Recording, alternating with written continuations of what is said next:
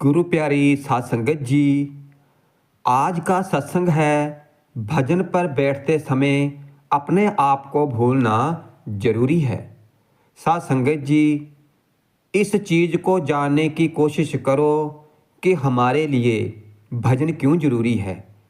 क्योंकि हमें हर बार सत्संग में यही बात समझाई जाती है कि केवल सिमरन ही नहीं करना है, हमें सिमरन से आगे निकलना है। गुरु भक्ति, नाम भक्ति हमारा सहारा है और हम नाम भक्ति को सिमरन के साथ जोड़कर सोचते हैं कि हमारा काम पूरा हो गया है।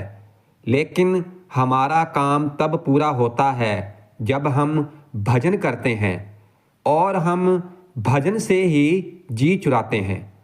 हम भजन ही नहीं करते, इसलिए कहा गया है कि भाई सिमरन के बाद भजन भी जरूरी है। अब भजन क्यों जरूरी है इसको समझो।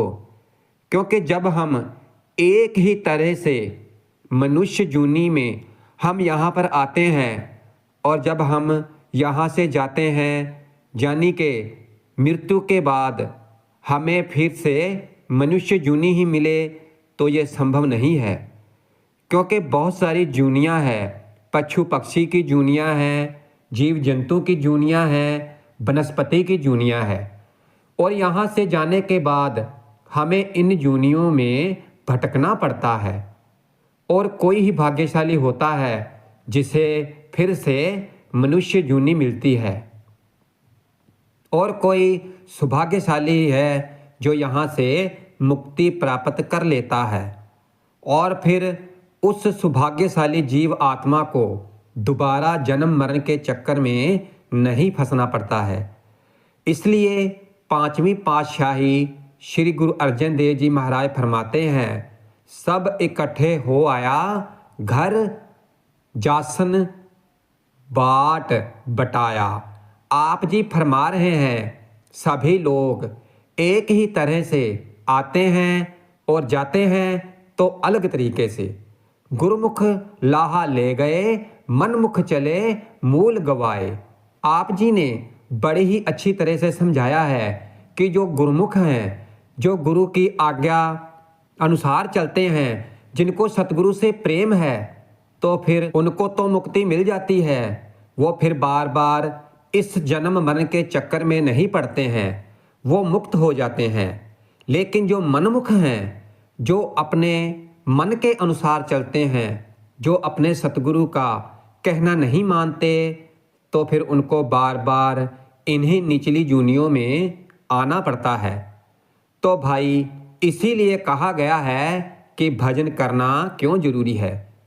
क्योंकि नाम का सिमरन करने से हमारा जो ख्याल है वो सतगुरु के नाम के साथ जुड़ा रहता है, और ये बिल्कुल सही बात है। और नाम का हमारी जो ध्यान है, जो इधर उधर फैला हुआ है, वो इकट्ठा होता है एक जगह। लेकिन अगर भजन ही नहीं किया तो फिर ध्यान इकट्ठा करने का क्या फ़ायदा हुआ। अब अगर भजन में नहीं बैठे तो फिर नाम का सिमरन करने का क्या फ़ायदा हुआ। क्योंकि सिमरन एक जरिया है भजन तक पहुंचने का, लेकिन हम वहां पर पहुंचते ही नहीं हैं।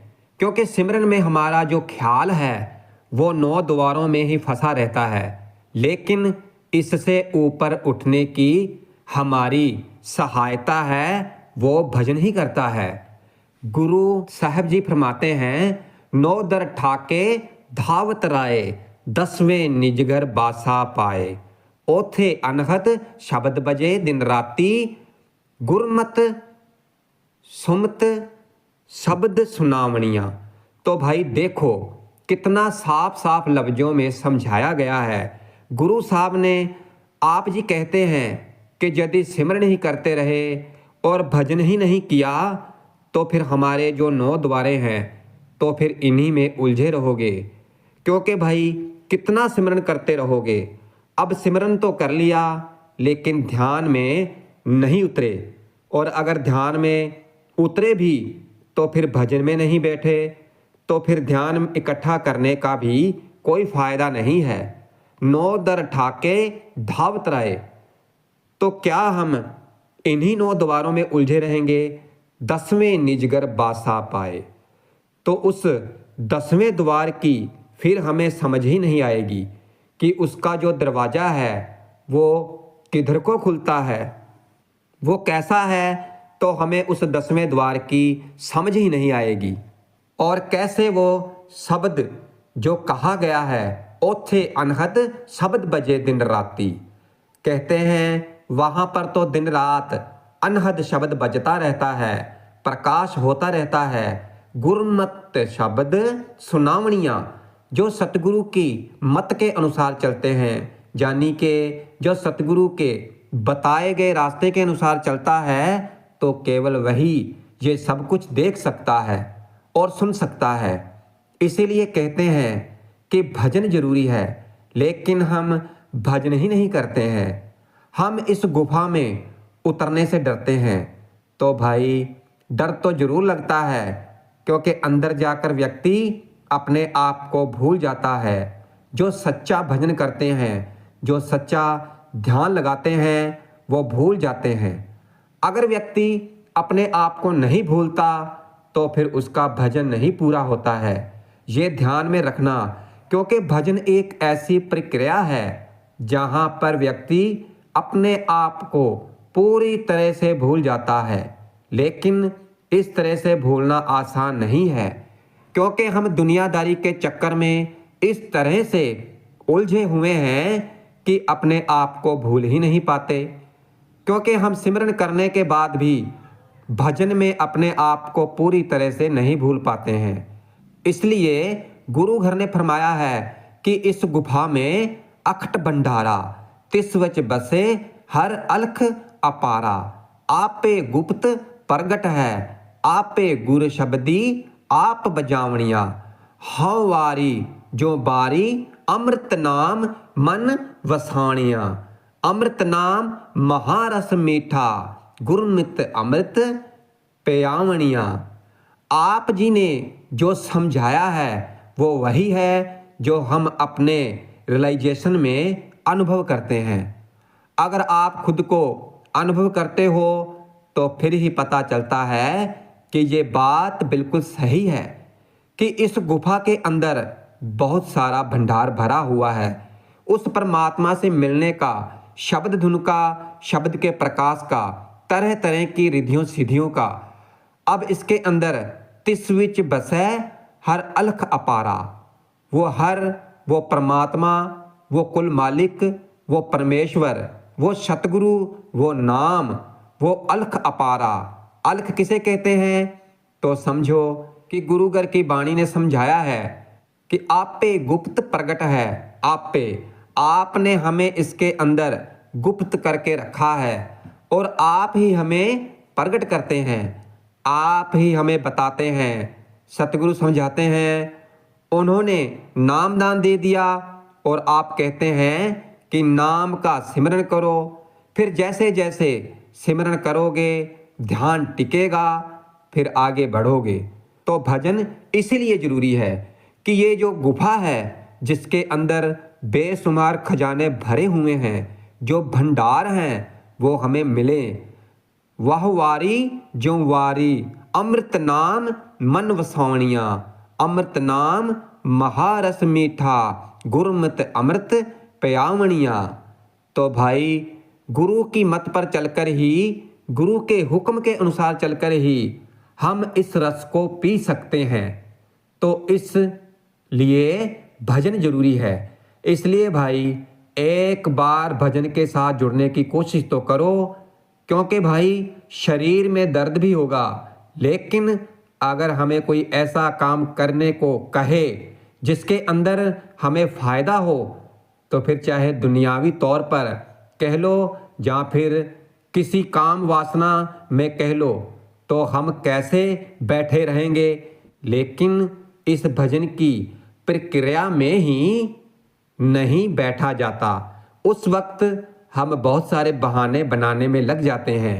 तो भाई ये भजन करना बहुत ज़रूरी है, क्योंकि जो भजन भी हमने आपको बताया है वो अनुभव किया हुआ है और वो केवल अनुभव पर ही आधारित है। कि अंतर में ये सब कुछ है, जो रिद्धियाँ सिद्धियाँ, जो छत्र नक्षत्र और ये धुन और ये प्रकाश। लेकिन इस तक पहुँचने के लिए भजन जरूरी है, वरना ऐसे सिमरन करते रहोगे और थोड़े समय के लिए ही ध्यान पकेगा और फिर इन्हीं 9 द्वारों में फंस जाओगे और इस 10वें द्वार तक नहीं पहुंच पाओगे। क्योंकि ये जो 10वां द्वार है ये हमारे अंतर यानी कि अंदर की तरफ खुलता है और ये हमें उस गुफा में तब पहुंचाता है जब हम भजन में पूरी तरह से बैठें तब, वरना नहीं। अगर हम इसी तरह से भक्ति करते रहे तो फिर कभी भी भजन बंदगी पूरी नहीं होगी। भजन इसलिए जरूरी है कि इसमें हम जीते जी मरना सीख जाते हैं। कई लोग ऐसे हैं गुरु भक्ति बहुत ही समय से कर रहे हैं, चाहे खुद पर महसूस करके देख लो कि जब भी हम कोई पाप करने लगते हैं तो वो बेधड़क होकर कर देते हैं। उस समय क्या हम ये सोचते हैं कि भाई हम गुरुमुख हैं, मैंने सतगुरु से नाम लिया हुआ है, हमें ऐसा नहीं करना चाहिए, लेकिन हम कर बैठते हैं। इसी तरह जब माया का प्रभाव असर हमारे दिमाग पर होता है तो फिर हम बड़े बड़े बुरे काम कर देते हैं, जानते बुझते भी हैं, पाप करते हैं, लोभ करते हैं, अहंकार करते हैं, इन 9 द्वारों में ही फंसे रहते हैं। जबकि हम नाम जप रहे हैं लेकिन हम पाप कर्म करने में नहीं झिझकते हैं, क्योंकि उस समय हमें अंदर से ताकत नहीं मिलती। हमें ये सब कुछ पता है कि हम बुरा कर्म कर रहे हैं, लेकिन हम फिर भी इस मन को वश में नहीं कर पाते हैं। और क्यों नहीं कर पाते हैं? क्योंकि हम भजन नहीं करते हैं।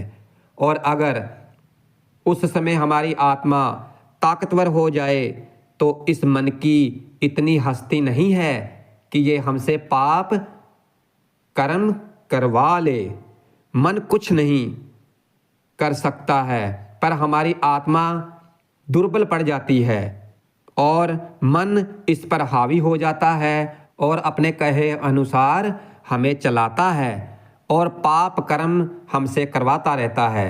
क्यों? क्योंकि हमने केवल नाम का सिमरन किया है और उस नाम के सिमरन के साथ अपनी आत्मा की लिव को, तारों को नहीं जोड़ा। अब देखो कि ये बात कितनी अच्छी तरह से समझाई है कि हम सभी मनुष्य एक ही तरह से आते हैं और जब जाते हैं तो पता नहीं किन किन जूनियों में जन्म लेना पड़ता है। जैसे हम सड़क पर चल रहे हैं और कोई कुत्ता बिल्ला या कोई कीड़ा मकोड़ा हमारे पैरों के नीचे आते हैं तो सोचो कि हमें इन्हीं जूनियों में जाकर जन्म लेना पड़ेगा। ये क्यों नहीं सोचते? और अगर सोचते भी हो तो करते क्यों नहीं हो? तो भाई हम केवल नाम का सिमरन कर रहे हैं, भजन नहीं कर रहे हैं। और जिस दिन भजन करने लग जाओगे तो उस दिन आत्मा को ताकत मिल जाएगी, क्योंकि आत्मा का भोजन है भजन। आत्मा को ताकत भजन से मिलती है। और आत्मा को भजन से ताकत कैसे मिलती है? उस घर की जो परमात्मा की घर की आवाज़ें हैं, जो धुन है, जो प्रकाश है, जो शक्ति है, वो आत्मा को सीधे तरंगों के द्वारा, ये तरंग ही है नाम का सिमरन और उसके बाद भजन, उन्हीं तरंगों के द्वारा आत्मा शक्तिशाली बनती है और फिर हमें गलत कर्म करते समय हमें चिता देती है, हमें याद करा देती है और फिर हम गलत काम नहीं करते हैं। अब जो संत हैं, हमारे जैसे मनुष्य में क्या फ़र्क है? तो भाई जो चंचल मन है वो तो अस्थिर हो जाता है। अब जैसे आज का युग है वो बीमारियों का युग है, कभी कोई बीमारी आ जाती है तो कभी कोई बीमारी आ जाती है। तो फिर डॉक्टर कहते हैं कि जिनकी इम्यूनिटी अच्छी है तो उनकी ये बीमारियां कुछ नहीं बिगाड़ पाती। थोड़ी देर के लिए हो सकता है लेकिन फिर वो ठीक हो जाते हैं। तो भाई आत्मा की इम्यूनिटी क्या है? ये ताकतवर कैसे बनेगी? तो भाई ये ताकतवर बनेगी जब हम भजन करेंगे। इसलिए भाई भजन को वक्त दो और भजन रोजाना जरूर किया करो। फिर चाहे जब भी समय मिले तो भजन जरूर किया करो। पहले सिमरन किया करो और फिर उसके बाद में भजन जरूर किया करो और अपने आप को भूलने की कोशिश करो।